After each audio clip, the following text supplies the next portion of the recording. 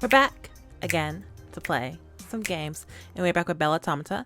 And let's just jump back in. So before we start, make sure you like, comment, subscribe, follow me on my social media. It's always just below, and we can get started. To go with today's episode, what is your favorite song at the moment? For me personally, it would either be OMG by New Jeans or Snooze by SZA. Aureve, I come bearing a gift. What did you bring me? I blink at him in surprise. For me? It's an obvious question, but Victor seems to be used to it, not even blinking as he offers the parcel to me. Thank you. I'll treasure it. What is it? Oh, without knowing what it is? Of course. You're one of my first friends here. Receiving a gift is all too kind. Victor smiles in his way. The expression is somewhat ominous. Strange as usual you are. In any case, open it. Now? I wonder what it could be, but even I would like to savor the moment if I can. Yes, it is a gift for now, so... What is it? Open it. Something... Utilitarian. Nailed it. Sounds like a gift from Victor. I open the parcel. They're gloves. Gardening gloves. How did I do it? I'm so good. Thank you. Pink ones? You seem to appreciate the color, so it seemed only logical. Imagining Victor meticulously choosing gloves for me to wear is both touching and comical, if only for his overtly serious nature, contrasting with his thoughtfulness. I smile brightly at him. Maybe I can add some small decorations to the brims, around the wrist. An embroiled pearl or two wouldn't hurt after all. I purchased the best quality I could find, to protect your joints from filth. Look, they're even made from breathable plant flex material, so you needn't worry about your hands overheating in the gloves either. Thank you, Victor. You really are thoughtful. Victor looks at me in earnest as I slip my hands into the gloves. They fit perfectly. Ah, and my measurements were on point. I was sure to scan you so you would not notice. Wow, you even went that far? I giggle as obvious excitement. Thank you, Victor. I'll be sure to use them well. I'm pleased to know it. Aww. He pauses. May I ask you, though, why did you laugh? Because you're cute. Because I couldn't imagine what you being excited is like, but this is as obvious as it gets. Your earnest nature is pretty, well, endearing. Exactly. It makes me feel like we're more similar than I initially thought. Is that so? It's so, yes. Victor doesn't look amused. I do not believe I was more excited than what would be appropriate for the situation. It's okay. It's okay to be excited, Victor. It's okay. I just smile as absolute perplexion. An admittedly thrilling moment. Victor always seems so self-assured. So, for something I've said to confuse him is both pleasant and interesting. In any case, let's put your gift to work. I start towards the garden, but I feel Victor's eyes strain on me with laser focus. I turn over my shoulder to look at him, tilting my head. What is it? Nothing, just... As usual, your observations make me pause. But enough. Let's begin our work. When my gardening tasks are done for the day, I leave to take a break in the living room as Victor prunes the prized roses on his own. As I do, I bump into a familiar face. Aureve! Fancy meeting you here. Well, we're roommates now. I stare at him blankly. You really don't pick up on his jokes at all. I live here too, Zephyr. Oh, I know. I was just, being suave. Are you really being suave if you have to explain it? Zephyr considers for a moment. Touché, Bluebird. Touché. Well, in any case, I was just going to go to my room and make some music. Can I come? He pauses for a moment. his eyes literally lighting up with excitement. This is a perfect opportunity for you to see me in action. Why don't you join me and listen in for a spin? Sure. A spin? That sounds interesting. I'm still considering when Zephyr offers his hand. I won't take no for an answer. I hesitate. This android seems friendly enough, but I'm not sure I want to know what a spin is. He beckons again. Well, I'm free now, so... You know what? Why not? Lead the way. Yay. Zephyr takes me to the library, to my surprise. Wait, here? I thought we were going to meet in your room. Zephyr shakes his head. This room is the only one in the house that's soundproof on the inside and the outside. Wait here while I grab my guitar. He zips out the room faster than I can say okay. His excitement palpable. As I wait for him to return, I look around curiously. There's plenty of books, physical ones, to my surprise. I didn't know that humans still read books. Even my former master used a slate to read during his lunch break. I reach out to touch the spine of one such book when I hear the sound of a quiet, musical humming over the loudspeakers.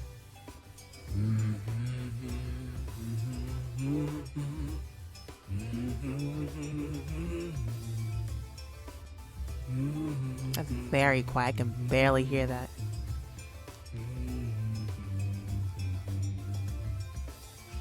Yeah. I call out surprised. Hello? The humming abruptly stops, so I speak out again, this time more sure. I know there's someone there. This time, there's an actual reply to the speakers. You heard that? Yeah, I got good hearing. I did. I have a feeling I know who it is, but even so I ask. Are you the Nightmare Prince? Is there a room next door? How? What were you humming into? You got a speaker or something? I am. Yes. How you doing? You must be Aureve. Welcome. I'm glad Roman managed to grab you before you were sold to someone less savory. Yeah, thank you for that. Thank you for saving me. The implications of that sentence makes me uncomfortable for a moment. If I was purchased on the black market, as Roman said, then that's undoubtedly a true statement. I appreciate that, but Don't say it again. I wonder why his voice is filtered. Is he afraid of revealing his true identity or something? I consider asking when another question occurs to me instead. how are you here? Intercom system. I didn't know anyone else was here, but I usually listen in on Zephyr when he's practicing, so I just assumed he was alone. You eavesdrop on Zephyr? Well, I wouldn't exactly call it eavesdropping. I would call it that. I lift an eyebrow. Do you ever speak to him or just listen to him? Does Zephyr know you're listening to him? No. Then it's eavesdropping. The disembodied voice sounds so defeated that I feel compelled to comfort it. I'm sure you have your reasons, but I'm just saying that you might want to let him know you're there instead of just lurking like that. Oh, I just never considered it. Right as he's finished speaking, the door slides open. Okay, I'm back. Zephyr carries a curved, corded plastic piece of some sort with a small box with many knobs and some sort of speaker. I scan it, momentarily distracted from my conversation by a strange item. Guitar, noun, a string musical instrument with a fretted fingerboard, typically in curved sides, and 6 or 12 strings, played by plucking or strumming with the fingers, or a plexstrum. Is that what that thing's called? The little wood piece? No, it's called a pick. Or a plexstrum. A plectrum. Yeah. Zephyr, I think there's something you should know. Don't snitch. Listen to this! Zephyr strums down the guitar's fretboard with ease. A steady string of notes ascending from the strings. In my awe, the eavesdropping prince is momentarily forgotten. I didn't know such things existed. Oh, what a sound. My mind blanks on a word to describe the sound outside of the fact that I like it a lot. Pretty. What a pretty series of sounds. Have you never seen an instrument at all? Zephyr grins at me cheekily. You haven't seen nothing yet, Bluebird. He takes a moment to fiddle with the knob on the guitar. In the silence, I know his outfit. Not for the first time. The hem works absolutely gorgeous. And I love the shade of blue used for... He must press play, because the sound of wind and a low bass noise fills the room.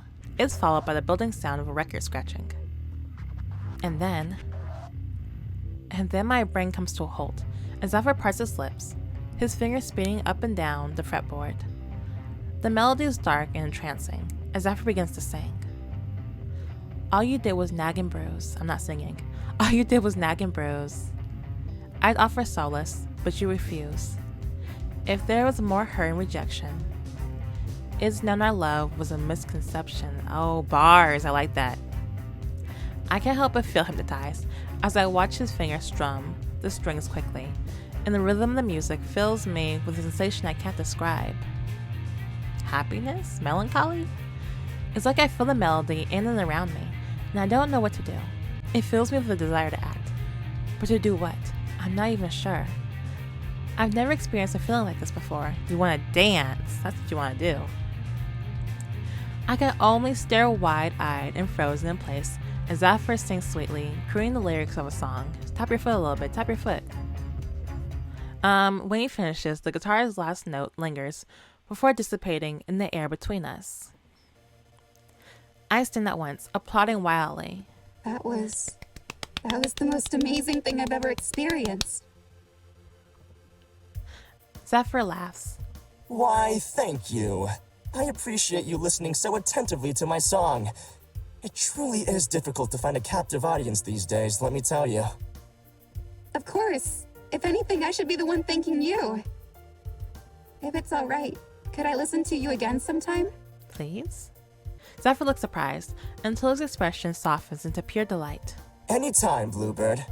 Why do you call me that anyway? There's not a speck of blue on me. Why do you call me Bluebird? The next moment, I report to the living room, wondering what Victor will have me do today. Good morning, Aureve.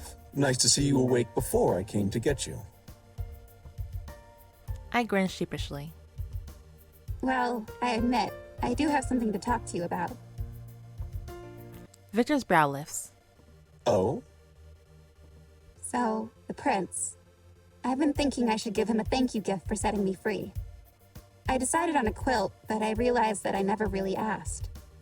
Is there anything the young master needs?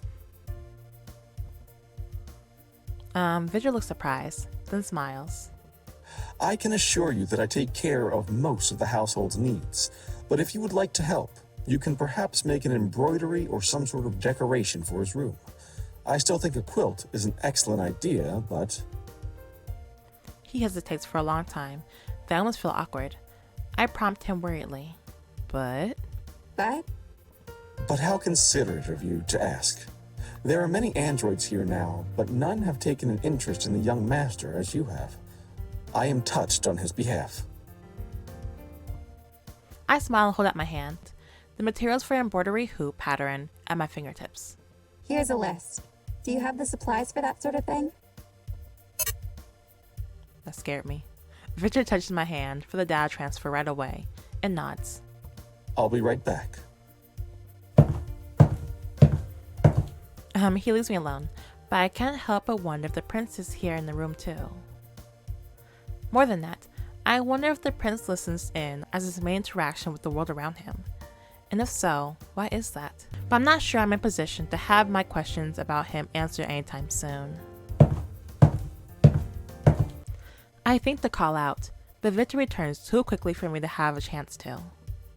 When Victor returns, he carries a small basket containing embroidery supplies and a notebook. He must have done his research because while the supplies speak for themselves, I also need a notebook to draw designs inside of. Everything fits neatly in such a small basket he must have had on hand. Because of course, he just has a basket on hand. Here you are. Thank you, Victor. If you don't mind, I'm going to take the time to work on this project instead of helping you for the day. Is that all right? Victor nods. If it is for the young master, then I am all too glad to sacrifice my time and efforts to complete the task at hand without you. So please, do. I smile as Victor inclines his head slightly at me. Do remember, though, if you need anything else, I am here. Thank you. I embroider roses quietly on the rim of the bamboo embroidery hoop. The work's silent and soothing. I love making things, or so I think I do. I wonder for a moment at the sensation of listening to Zephyr's music for the first time. Do I like what I do because it's what I know? Or are there things out there that I would love more if only I could try them? It's an unending puzzle. Victor returns to vacuum the floors, and as he does, I work silently in the noise. Untangling threads in my hand, but tangling mental threads more so in my mind. I wonder if Victor feels the same way I do. He turns off the vacuum to move it to another area, but I take the opportunity to ask him yet another question. Hey, Victor. Do you enjoy cleaning? Or is that just what you were programmed to do? I enjoy it, yes. I stare down at my embroidery, every stitch as perfect as the one I once made for my former master. How can you tell the difference? Victor looks at me for a long moment considering. I suppose it has to do with how you feel after you take action. For example, once I finish vacuuming, I feel accomplished to not have to deal with absolute filth in my household. I see. I don't. Not really. At least, not in the way that can relate to me. Knowing my lack of response, Victor considers for a moment as though deciding how to explain his thoughts. After you finish creating a piece, perhaps you can measure your excitement. If it's genuine, you will be satisfied. If you want more, that is also all right. Rogues have to find their own place in the world. I hope that you find yours. Find my own place. I consider it slowly. How do I feel about this embroidery piece? I mean, I am certainly enjoying making it, but for some reason, what comes to mind is the feeling I had when I listened to Zephyr's music.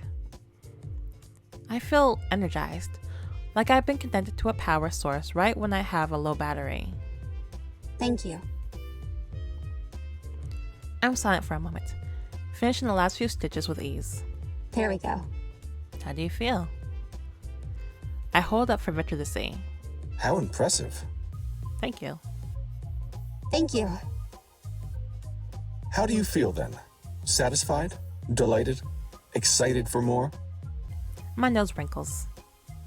I know I'm supposed to be thinking about me, but I can't imagine being excited for more vacuuming. Victor lifts his shoulders. To each their own.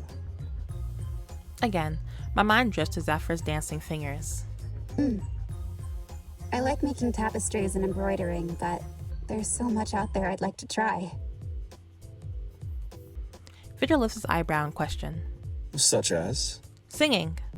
Dancing. Cooking. Accounting. Such as music. Yeah. I hand Victor the embroidery. I see. He opens his mouth to say more, but I accidentally speak before he can. Please iron this and give it to your young master, will you? Absolutely. Thank you in advance. You're welcome. Were you about to say something just now? Victor presses his lips together in thought. I was, but it is not a matter of importance. I will go as you asked and deliver it when I finish. But oh yeah, I can't see him. I was like, I want to deliver it to him. Or at least, yeah, no.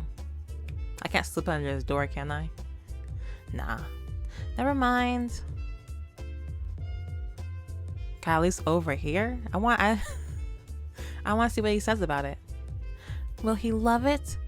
We both head upstairs, then split into opposite directions.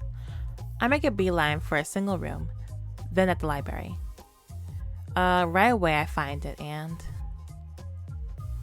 Oh, Bluebird! It's nice to see you again. Teach me. Oh. Zephyr stops speaking abruptly at my interruption, staring at me in surprise. Huh? Teach you what? Teach me about music. How to do this?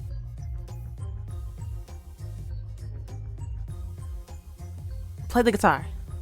I mimic Zephyr's hands, miming holding a guitar. Sorry, Bluebird. I'm an idol, not a teacher. I deflate for a moment. Maybe he won't teach me to play the guitar, but... Well, could you teach me to make songs like you do? I feel like... I trail off trying to explain my feelings. When you were singing, it's like the music was all around and inside me, and I don't know what to do with that sort of feeling. Ah, maybe you have some air trapped in one of your valves. Don't say that. Zephyr, All right. If you insist, I had no choice but to take you on as a musical apprentice. Thank you. He laughs brightly, slinging the arm around my shoulders. Let us begin your training, my dear pupil. But first, some reference books. You know what? I think this is a good place to stop. And that means I get to spend more time with Zephyr. And I like Zephyr so far. I think he is probably my favorite design because I love that blue. So I'm happy to spend more time with him. So thank you for watching. Make sure you like, comment, subscribe, follow me on my social media. It's always switching below, and I'll see you guys next time. Bye bye.